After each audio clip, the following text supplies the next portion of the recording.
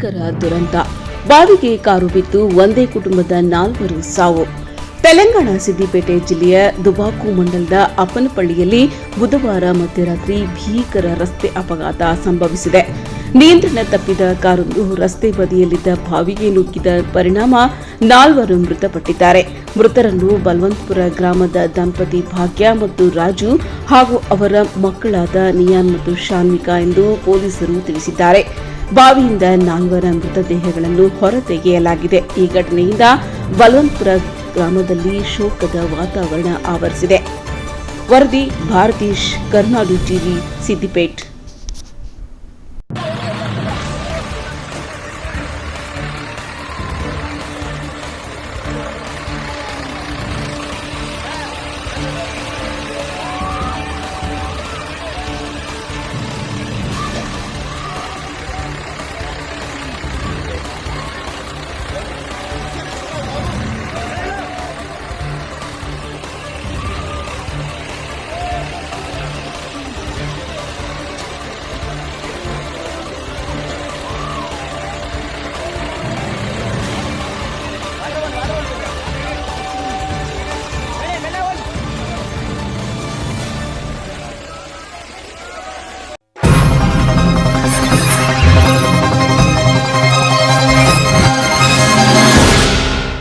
ಮಂಗಳೂರು-ಬೆಂಗಳೂರು ಹೆದ್ದಾರಿಯಲ್ಲಿ ಖಾಸಗಿ ಬಸ್ ಪಲ್ಟಿಯಾಗಿ 2 ದುರ್ಮರಣ, 20 ಮಂದಿಗೆ ಗಾಯ.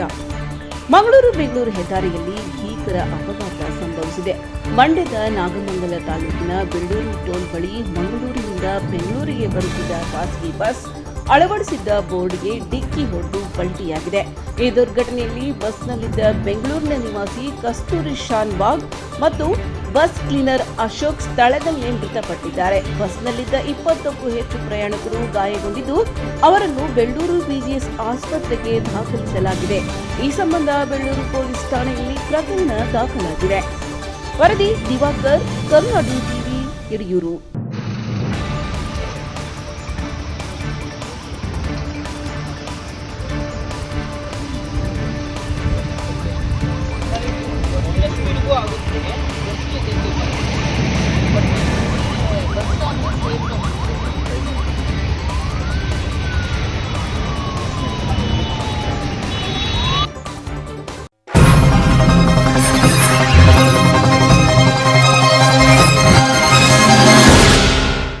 ಹಿಂಡೆಲ್ಗಾ ಜೈಲಿನಲ್ಲಿ ವೈಶ್ಯವಾಟಿಕೆ, ರೌಡಿ ಶೀಟರ್ನಿಂದ ಗಂಭೀರ ಆರೋಪ. ಹೌದು, ಬೆಳಗಾವಿಯ ಹಿಂಡೆಲ್ಗಾ ಜೈಲಿನಲ್ಲಿ ವೈಶ್ಯವಾಟಿಕೆ ಮತ್ತು ಅಕ್ರಮ ಚಟುವಟಿಕೆಗಳು ನಡೆಯುತ್ತಿವೆ ಎಂದು ತುಮಕೂರು ಮೂಲದ rowdy sheeter Suresh alias Sai Kumar ಗಂಭೀರ ಆರೋಪ ಮಾಡಿದ್ದಾರೆ. ಹಣ ನೀಡಿದರೆ ಜೈಲಿನಲ್ಲಿ ಮೊಬೈಲ್, ಮದ್ಯ ಸಿಗುವುದಲ್ಲದೆ ಅಧಿಕಾರಿಗಳ ಕುಮ್ಮಕ್ಕಿನಿಂದ ವೈಶ್ಯವಾಟಿಕೆ ದಂಧೆಯೂ ನಡೆಯುತ್ತಿದೆ ಎಂದು ಆರೋಪಿಸಿರುವ ಸುರೇಶ್, ಇದಕ್ಕೆ ಸಾಕ್ಷಿಗಳು ತನ್ನ ಬಳಿ ಇವೆ ಎಂದು ಹೇಳಿದ್ದಾನೆ. ಈ ವಿಡಿಯೋ ಸಾಮಾಜಿಕ ಜಾಲತಾಣಗಳಲ್ಲಿ ವೈರಲ್ ಆಗಿದ್ದು ಸಾರ್ವಜನಿಕ ವಲಯದಲ್ಲಿ ಉನ್ನತ ಮಟ್ಟದ ತನಿಖೆಗೆ ಆಗ್ರಹ ಕೇಳಿಬರುತ್ತಿದೆ. ಸುರೇಶ್ ಮೇಲೆ 20ಕ್ಕೂ ಹೆಚ್ಚು ಕ್ರಿಮಿನಲ್ ಪ್ರಕರಣಗಳು ದಾಖಲಾಗಿವೆ. ವರದಿ ಮಹಾಂತೇಶ್, ಕರ್ನಾಡು ಟಿವಿ, ಬೆಳಗಾವಿ. ನಮಸ್ಕಾರ ಕರ್ನಾಟಕ ಜನತೆಗೆ ನಮಸ್ಕಾರಗಳು ಹಾಗೂ ಮಾಧ್ಯಮ ಮಿತ್ರರಿಗೂ ಸಹ ನನ್ನ ನಮಸ್ಕಾರಗಳು. ನಾನು ಈ ದಿನ ವಿಡಿಯೋ ಮಾಡ್ತಾ ಇರೋ ಕಾರಣ ಏನು ಅಂತಂದರೆ, ಜೈಲಲ್ಲಿ ನಡೀತಾ ಇರೋಂತಹ ಅಕ್ರಮಗಳು, ನಾವು ಕಾರಾಗೃಹದಲ್ಲಿ ಬಂದಿಯಾಗಿರೋಂಥ ಸಂದರ್ಭದಲ್ಲಿ ನಡೀತಾ ಇರೋಂಥ ಅಕ್ರಮ ಚಟುವಟಿಕೆಗಳು, ಹಲವು ವಿಡಿಯೋಗಳು ನಮ್ಮ ಹತ್ರ ಇರುತ್ತೆ. ಯಾವುದೇ ರೀತಿ ಕಂಪ್ಲೇಂಟ್ ಕೊಟ್ಟರೆ ಅಧಿಕಾರಿಗಳು ಮುಚ್ಚಾಕ್ತಾರೆ. ಒಳಗಡೆ ಮೊಬೈಲ್ ತಂದು ಕೊಡ್ತಾರೆ, ಗಾಂಜಾ ತಂದು ಕೊಡ್ತಾರೆ, ಸಿಮ್ ತಂದು ಕೊಡ್ತಾರೆ, ವೇಶ್ಯವಾಟಿಕೆ ಮಾಡ್ತಾರೆ. ದುಡ್ಡು ಕೊಟ್ಟರೆ ಏನು ಬೇಕಾದ್ರೂ ಐಷಾರಾಮಿಯಾಗಿರೋ ಕೊಡ್ತಾರೆ. ನಾನು ಆಲೇ ಇವನ್ನ ಸುಮಾರು 2-3 ಸಾರಿ ಮಾಧ್ಯಮದಲ್ಲಿ ವೈರಲ್ ಮಾಡಿಸಿರ್ತೀನಿ ಅಕ್ರಮ ಚಟುವಟಿಕೆಗಳ ಬಗ್ಗೆ, ಬೆಳಗಾಂ ಜೈಲಲ್ಲಿ ನಡೀತಾ ಇರೋಂಥ ಅಕ್ರಮ ಚಟುವಟಿಕೆ ಬಗ್ಗೆ. ನಾವು ವೈರಲ್ ಮಾಡಿಸಿದ್ರೆ ನಮ್ಮ ಮೇಲೆ FIR ಮಾಡಿ ಕಂಪ್ಲೇಂಟ್ ಮಾಡ್ತಾರೆ. ನಮಗೆ ಫೋನ್ ಬರೋದಾದರೂ ಹೇಗೆ? ನಾವು ಒಳಗಡೆ ಬರಬೇಕು ಅಂತಂದರೆ ಎಲ್ಲ ತಪಾಸಣೆ ಮಾಡಿಬಿಡ್ತಾರೆ. ನಮ್ಮ ಕೈಗೆ ಮೊಬೈಲ್ ಹೋಗಲು ಸೇರೋದಾದರೂ ಹೇಗೆ ಅಂತಂದರೆ ನೀವೇ ಯೋಚನೆ ಮಾಡಬೇಕು. ನಮ್ಮ ತಲೆ ದಿಂಬ ಹತ್ರ ನಾವು ಮೊಬೈಲ್ ಸಿಕ್ತು ಅಂತೇಳಿ FIR ಮಾಡ್ತಾರೆ. ನಮ್ಮ ತಲೆ ದಿಂಬ ಹತ್ರ ಮೊಬೈಲ್ ಬಂದಿದ್ದಾದರೂ ಹಿಂಗೆ ನಮ್ಮನ್ನೇನು ಪರ್ಚೇಸ್ ಮಾಡ್ಕೊಳಕ್ಕೆ ಆಚೆ ಕಡೆ ಬಿಡ್ತಾರೆ. ಇಲ್ಲ ನಾವೇನಾರು ತಂದು ಯೂಸ್ ಮಾಡೋಷ್ಟು ಸಹಾಯ ಮಾಡಕ್ಕೆ ಬಿಡ್ತಾರ. ಇವರೇ ತಂದು ಮಾರ್ತಾರೆ, ಎಣ್ಣೆ ಡ್ರಿಂಕ್ಸ್ ಮಾರ್ತಾರೆ. ಅಧಿಕಾರಿಗಳೇ ಅಕ್ರಮ ಚಟುವಟಿಕೆ, ಅಧಿಕಾರಿಗಳ ಮೇಲೆ ಸುಮಾರು ಜೈಲಧಿಕಾರಿಗಳ ಮೇಲೆ ಸುಮಾರು ಪ್ರಕರಣಗಳಿವೆ, ಎಲ್ಲ ಮುಚ್ಚಾಕ್ತಾರೆ. 3 ತಿಂಗಳು ಸಸ್ಪೆಂಡ್ ಮಾಡ್ತಾರೆ, ಮತ್ತೆ ರಿಬ್ಯಾಕ್ ಮಾಡ್ಬಿಟ್ಟು ಮತ್ತೆ ರೆಡ್ ಡ್ಯೂಟಿಗೆ ಜಾಯಿನ್ ಮಾಡ್ಕೋತಾರೆ. ಮತ್ತೆ ಅವ್ರು ಮಾಡೋ ಅಕ್ರಮ ಚಟುವಟಿಕೆಗಳು ಮುಂದುವರಿಸ್ತಲೇ ಇರ್ತಾರೆ. ಇದ್ರ ಬಗ್ಗೆ ಎಲ್ಲ ನಾನು ಕಂಪ್ಲೇಂಟ್ ಕೊಟ್ಟಿರ್ತೀನಿ, ಕಾರಾಗೃಹ ಇಲಾಖೆಗೂ ಕೊಟ್ಟಿರ್ತೀನಿ, ಪೊಲೀಸ್ ಇಲಾಖೆಗೂ ಕೊಟ್ಟಿರ್ತೀನಿ, ಮತ್ತು ಕೈಗಾರಿಕಾ ಪಡೆಗೂ ಸಹ ನಾನು ಕಂಪ್ಲೇಂಟ್ ಕೊಟ್ಟಿರ್ತೀನಿ. ಯಾವುದೇ ರೀತಿ ಆಕ್ಷನ್ ತೊಗೊಳ್ಳಲ್ಲ. ಹ್ಯೂಮನ್ ರೈಟ್ಸ್ಗೂ ಸಹ ಕಂಪ್ಲೇಂಟ್ ಕೊಡ್ತೀನಿ, ರಾಜ್ಯಪಾಲರಿಗೂ ಸಹ ಕಂಪ್ಲೇಂಟ್ ಕೊಡ್ತೀನಿ. ಯಾವುದೇ ರೀತಿ ಆಕ್ಷನ್ ತೊಗೊಳ್ಳಲ್ಲ. ಮಂಡ್ಯ SP ಅವ್ರ ಮೇಲೆ ಕೊಟ್ಟಿರ್ತೀನಿ, ಮಂಡ್ಯ ಜೈಲ್ ಅಧೀಕ್ಷಕರು ಲೋಕೇಶ್ ಅವ್ರ ಮೇಲೆ ಕೊಟ್ಟಿರ್ತೀನಿ. ಮತ್ತು ಬೆಳಗಾಂ ಜೈಲಲ್ಲಿ ಇದ್ದಂಥ ಸಂದರ್ಭದಲ್ಲಿ ನನ್ನ ಮೇಲೆ ಹಲ್ಲೆ ಮಾಡಿದಂಥ KK ಕೃಷ್ಣಕುಮಾರ್ ಅವ್ರ ಮೇಲೆ ಕಂಪ್ಲೇಂಟ್ ಕೊಟ್ಟಿರ್ತೀನಿ. ಶಶಿಕಲಾ ಹಗರಣದಲ್ಲಿ ಬೆಳಗಾಂ ಜೈಲಿಗೆ ಪನಿಷ್ಮೆಂಟ್ ಮೇಲೆ ವರ್ಗಾವಣೆ ಮಾಡಿದ ಕೃಷ್ಣಕುಮಾರ್ ಅವ್ರ ಮೇಲೆ ಕಂಪ್ಲೇಂಟ್ ಕೊಟ್ಟಿರ್ತೀನಿ. ಮತ್ತು ಕೃಷ್ಣಮೂರ್ತಿ ಅವ್ರ ಮೇಲೆ ಕಂಪ್ಲೇಂಟ್ ಕೊಟ್ಟಿರ್ತೀನಿ. ಪ್ರತಿಭಾ ಅಂದ್ಬಿಟ್ಟು KSIS ಅಧಿಕಾರಿ ಮೇಲೆ, ಮಹಿಳಾ ಅಧಿಕಾರಿ ಮೇಲೆ ಕಂಪ್ಲೇಂಟ್ ಕೊಟ್ಟಿರ್ತೀನಿ. ಮತ್ತು KSIS ಇನ್ಸ್ಪೆಕ್ಟರ್ ಆದಂಥ ಜಯಶ್ರೀ ಅವ್ರ ಮೇಲೆ ಕಂಪ್ಲೇಂಟ್ ಕೊಟ್ಟಿರ್ತೀನಿ. ಯಾವುದೇ ರೀತಿ ಆಕ್ಷನ್ ತೊಗೊಳ್ಳಲ್ಲ. ನಾವು ಕಂಪ್ಲೇಂಟ್ ಕೊಟ್ಟಿದ್ದೀವಿ ಅಂತ ಹೇಳಿ ಮಂಡ್ಯ ತುಮಕೂರು SP ಅವರು ಮತ್ತು ಮಂಡ್ಯ ಜಿಲ್ಲೆ ನಾಗಮಂಗಲ ತಾಲೂಕು ಬಿಂಡಿಂಗ್ನೊಲೆ ಪೊಲೀಸ್ ಸ್ಟೇಷನ್ ಮಾರುತಿಯವ್ರ ಮೇಲೂ ಸಹ ಕಂಪ್ಲೇಂಟ್ ಕೊಟ್ಟಿರ್ತೀನಿ. ಮಾಧ್ಯ ನಾಯಕ್ ಅವ್ರ ಮೇಲೆ ಕಂಪ್ಲೇಂಟ್ ಕೊಟ್ಟಿರ್ತೀನಿ. ಮಾದಿಲ್ಲಿ ಹಲವು ಸಿಬ್ಬಂದಿ ಮೇಲೆ ಕಂಪ್ಲೇಂಟ್ ಕೊಡ್ತೀನಿ. ತುಮಕೂರು SP ಅವ್ರ ಮೇಲೆ ಕಂಪ್ಲೇಂಟ್ ಕೊಟ್ಟಿರ್ತೀನಿ. ಇಷ್ಟೆಲ್ಲ ಕಂಪ್ಲೇಂಟ್ ಕೊಟ್ಟಿದ್ರು ನನಗೆ ಯಾವುದೇ ರೀತಿ ಬದುಕಕ್ಕೆ ಬಿಡ್ತಾ ಇಲ್ಲ. ಈ ಪೊಲೀಸ್ ಇಲಾಖೆಯವರು, ಕಾರಾಗೃಹ ಇಲಾಖೆ ಒಂದುಗೂಡಿ ನನ್ನ ಲೈಫ್ನ ಚಿತ್ರಣ ಮಾಡಿದ್ದಾರೆ. ನಾನು ತಪ್ಪು ಮಾಡಿದರೆ ಕಾನೂನಿದೆ, ಶಿಕ್ಷೆ ಕೊಡುತ್ತೆ. ನನ್ನ ತಪ್ಪೇ ಮಾಡಿಲ್ಲ ಅಂದರೆ ನನಗೆ ಬಿಡುಗಡೆ ಮಾಡುತ್ತೆ. ನನ್ನ ಮೇಲೆ ಪ್ರಕರಣದ ಆಫೀಸರು 32 ಪ್ರಕರಣಗಳು ಹಾಕಿರ್ತಾರೆ. 32 ಪ್ರಕರಣಗಳಲ್ಲಿ ನನ್ನ ಎಲ್ಲ ಪ್ರಕರಣಗಳು ಬಿಡುಗಡೆ ಇನ್ನು 8 ಪ್ರಕರಣಗಳು ಮಾತ್ರ ಬಾಕಿ ಇರ್ತವೆ. ಅವು ಆಲೇಗ ಅಂತಿಮ ಹಂತದಲ್ಲ ಇದೆ. ಅದನ್ನು ಯಾವುದೇ ರೀತಿ ನನ್ನ ಮುಗಿಸ್ಕೊಳ್ಳೋಕ್ಕೋಸ್ಕರ ನಾನು ಕೋರ್ಟ್ ಕಚೇರಿಗೆ ಹೋಗ್ತಿರೋ, ಅಲ್ಲೂ ಸಹ ಬಂದು ಕೋರ್ಟ್ ಹತ್ರ ಪೊಲೀಸ್ನವರು ಸ್ಟೇಷನ್ ಕರೆಯೋದು, ಅಲ್ಲಿ ಕರೆಯೋದು ಚಿತ್ರಹಿಂಸೆ ಕೊಡೋದು.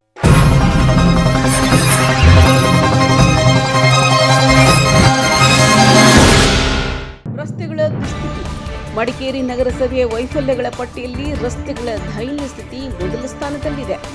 ಹೌದು, ನಗರಸಭೆಯಲ್ಲಿ ಅನುಭವವಿರುವ ಅಧಿಕಾರಿಗಳು ಹಾಗೂ ವಿದ್ಯಾವಂತ ಜನಪ್ರತಿನಿಧಿಗಳಿದ್ದರೂ ಗಟ್ಟಿಮುಟ್ಟಾದ ರಸ್ತೆ ನಿರ್ಮಿಸಲು ಸಾಧ್ಯವಾಗಿಲ್ಲ.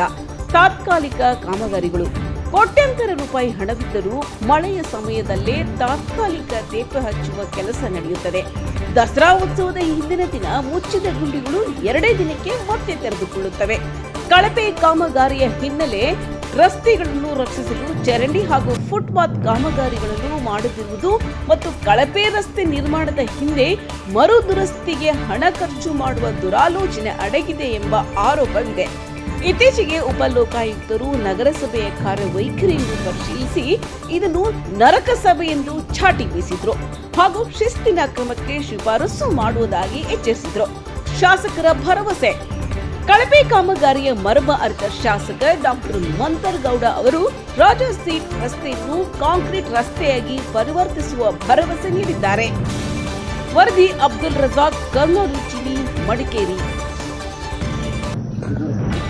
ಸರ್, ಎಂತ ಅಂತ ಹೇಳಿದ್ರೆ, ಈಗ ನಮ್ಮ ರೋಡ್ಗಳು ನೋಡಿ ಎಲ್ಲರೂ ಮಂಗಳೂರವ್ರು ಟೂರಿಸ್ಟ್ ಬಂದವರು ಸಮೇತ ಹೇಳ್ತಿದ್ದಾರೆ, ರೋಡ್ಗಳು ಚೆನ್ನಾಗಿಲ್ಲ, ಟೂರಿಸ್ಟ್ ರೋಡ್ಗಳಾಗಲಿ ಮತ್ತು ರಾಜಸೀಟೈವ ರೋಡ್ ಆಗಲಿ ಯಾವುದು ಸಮೇತ ಚೆನ್ನಾಗಿಲ್ಲ, ಎಲ್ಲ ಗುಂಡಿಗಳಾಗಿದೆ. ಮತ್ತು ಸ್ಟೂಡೆಂಟ್ಸ್ಗಳಿಗೆ ಸಮೇತ ಓಡಾಡೋಕ್ಕೆ ಕಷ್ಟ ಆಗುತ್ತೆ ಸರ್.